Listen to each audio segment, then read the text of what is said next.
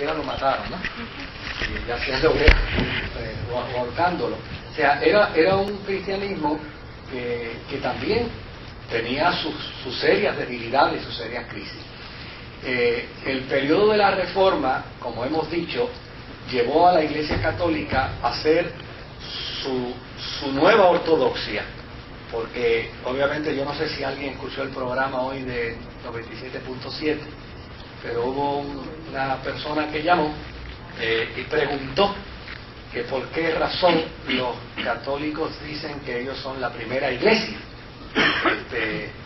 cristiana, y yo le respondí diciéndole que en cierta medida es cierto. O sea, yo no le discuto a un católico que me diga que ellos son la primera iglesia. Lo que yo no le voy a permitir es que digan que nosotros no somos parte de la primera iglesia. ¿Ves? Porque la historia misma revela y la historia misma postula de que el cristianismo surge como resultado de aquella experiencia del día de Pentecostés.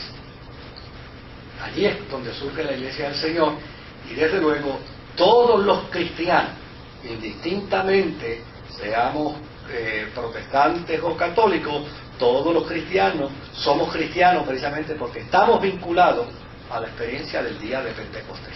O sea, yo no tengo ningún problema que un católico me diga yo soy parte de la primera iglesia del Señor, pero no hay ningún problema. Pero que diga que ellos son primero y nosotros no, pues realmente, históricamente hablando, no es cierto. No es cierto, no hay ninguna base histórica que pueda sostener tal cosa. Por el otro lado, tenemos que decir en honor a la verdad que si bien es cierto, la Iglesia Católica mantuvo un proceso de oscurantismo hasta el siglo XVI, no es menos cierto que los reformadores del siglo XVI, después de Lutero y después de Calvino y después de Zwinglio, los que le sucedieron, en lugar de abonar a la fe, lo que hicieron fue desarrollar una serie de doctrinas y de dogmas en cuanto a las posiciones que ellos tenían, que al que sostenía lo que Calvino decía ya era calvinista, ya no era cristiano. Note bien, porque estas expresiones se convierten en expresiones peyorativas. O sea, un calvinista por lo general no dice que es calvinista. Un calvinista por lo general lo que dice es que es reformado. Si usted escucha bien el lenguaje, no sé si aquí hay alguno que venga de orientación presbiteriana, pero si usted escucha bien el lenguaje de un calvinista, generalmente no dice yo soy calvinista, no, por lo general lo que dice es yo soy reformado. ¿Ves? Y un arminiano tampoco dice que es arminiano. Un arminiano por lo general lo que dice es que es un creyente, obviamente en la fe cristiana, porque ni siquiera admite una postura de competencia frente al reformado. Simplemente dice, no, yo soy un cristiano, yo soy un creyente. Ahora, los que empezaron con los epítetos, ¿verdad?, fueron precisamente aquellos individuos que sucedieron a Lutero, que sucedieron a Calvino, que sucedieron a Zwinglio. Estos fueron los que empezaron entonces con esta serie de epítetos, que si tú no crees como yo, y no piensas como yo, y no articulas la fe como yo, pues obviamente tú no eres de los míos. Y ese lenguaje en Puerto Rico yo prácticamente lo escuché hasta más o menos la década del 70, a principios del 80. Con dolor tengo que decir que ya se está volviendo a escuchar en algunas facciones.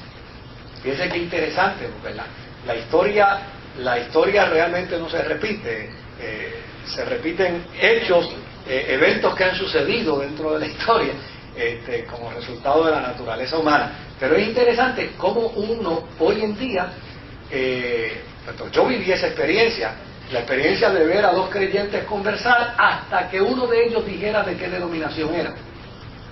Porque tan pronto decía de qué denominación era, si era contraria a la denominación del otro, ahí ya, bueno, yo llegué a escuchar pentecostales referirse, como mencioné la semana pasada, referirse a los bautistas, los metodistas, los presbiterianos, que eran primos hermanos de nosotros. Esos son primos hermanos de nosotros, o son fríos, y se desarrollaban una serie de bromas y de cosas increíbles.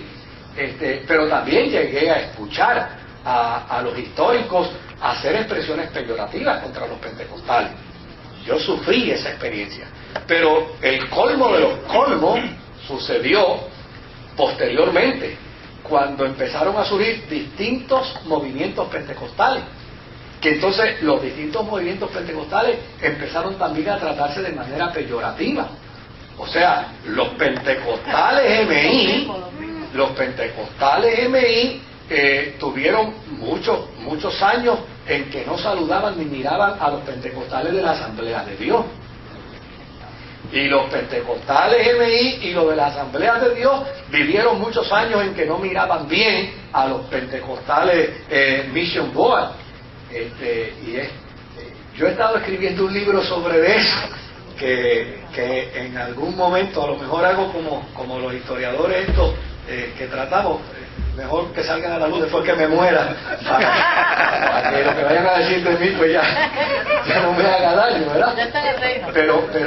Pero es interesante. El libro yo lo titulé Cuidado con los dos ladrones, porque precisamente sí, porque estoy planteando que la centralidad del Evangelio está en la cruz del centro, y los que adoran a Dios por los extremos, a fin de cuentas lo que están adorando es a uno de los dos ladrones, porque nadie puede hacer una adoración en una postura de extremo, porque la verdad, oigan, la verdad, sí, la verdad no es absoluta.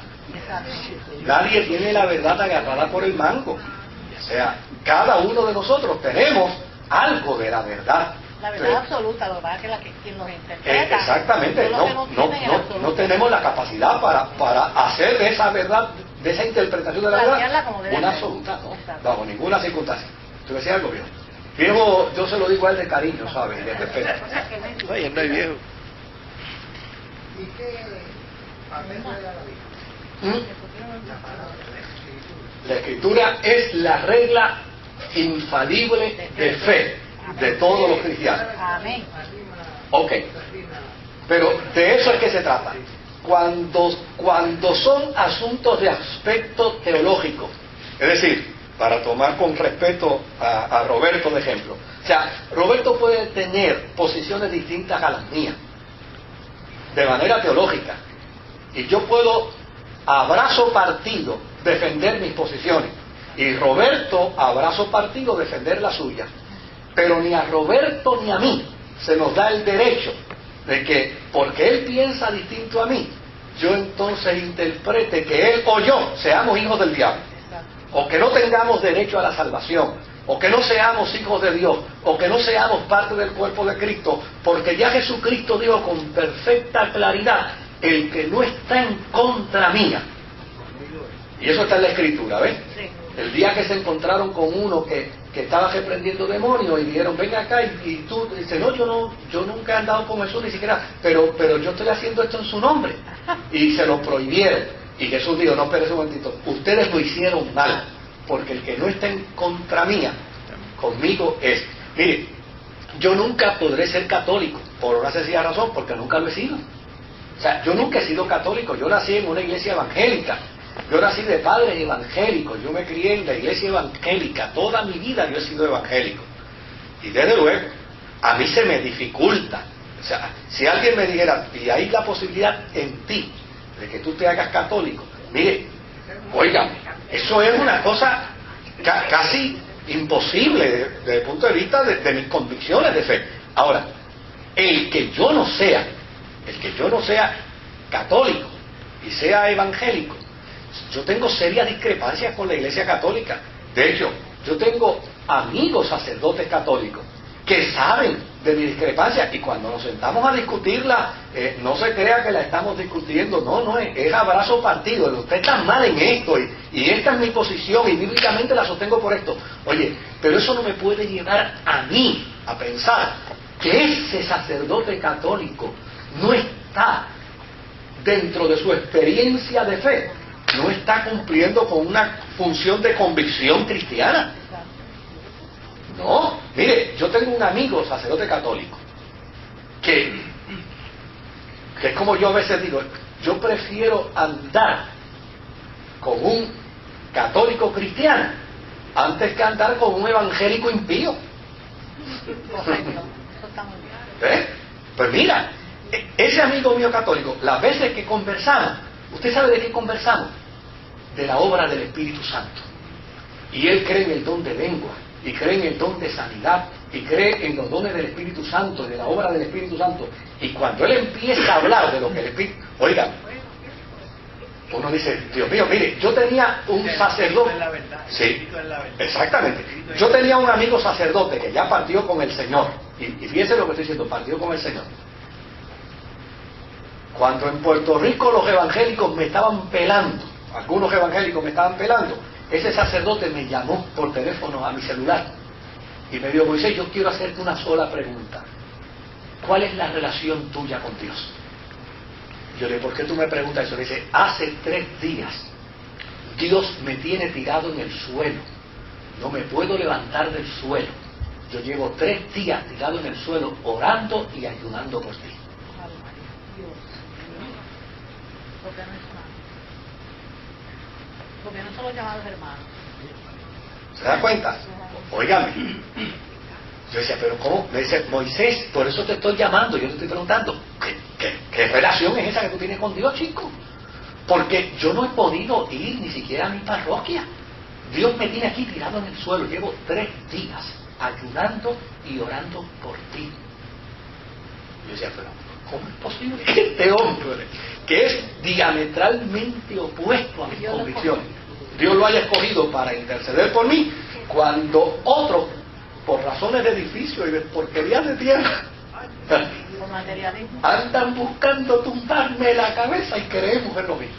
¿Ves? Entonces, ante ese sentido, ¿sí?, yo voy a tener las mismas discrepancias que he tenido siempre con la Iglesia Católica, las voy a tener, pero no voy a caer jamás en el nivel de intolerancia que me lleve a mí a juzgar a alguien porque no crea como yo. No, no. O sea, mire, yo no tengo que inventar un cuento porque la historia es clara. La historia dice que la responsable de los desmanes y de los desatinos de la fe cristiana hasta el siglo XVI era de la Iglesia Católica. Eso no hay que negarlo, eso está en la historia. Ahora, la historia también dice que después de la Reforma, los mismos reformados también cometieron desmanes y cometieron errores. Porque a fin de cuentas, querido, uno dirá, ¿y por qué Dios permite esto? Para que descubramos, como dice el apóstol San Pablo, que la excelencia del poder es de Él y no de nosotros. Mire, si la iglesia del Señor existe simplemente porque Dios es Dios. Si fuera por los hombres ya la hubiéramos destruido, la hubiéramos hecho añicos. Porque mire que se ha dado malos testimonios. Y se siguen dando. Y mire que se engaña gente. Y mire que se inventan cuentos. Y mire, ahora se inventaron el cuento de que hay iglesias que están cayendo y que piedras preciosas y que están inundando. Y digo, oye, ¿cómo el Señor puede ser tan injusto conmigo? Que yo tengo una necesidad de pagar una cosa y no me ha tirado una piedrita, mire, eso, una esmeralda de esa al bolsillo. O sea, usted se da cuenta, uno dice, ¿qué juego es este de la fe cristiana? Que una sola fe, un solo Señor. Un solo- o sea, cuando postulamos estas cosas, desde luego, mire, yo sé que yo no caigo bien en algunos círculos evangélicos. Yo lo sé. Pero a fin de cuentas, no lo hago porque quiero caer mal. Es porque yo entiendo que hay unas convicciones de la fe cristiana que tienen que ser avaladas y que tienen que ser sostenidas. Usted tiene una buena dirección cristiana. Un evangelio puro. Como humanos tratamos de hacer lo que creemos es lo correcto. ¿Verdad? Lo que le pone, lo le quita, están ya. Pero mire, precisamente de eso es que trata el tema de hoy. Hablamos de la ortodoxia católica, hablamos de la ortodoxia luterana, hablamos de la ortodoxia calvinista, Hablamos de la ortodoxia filosófica.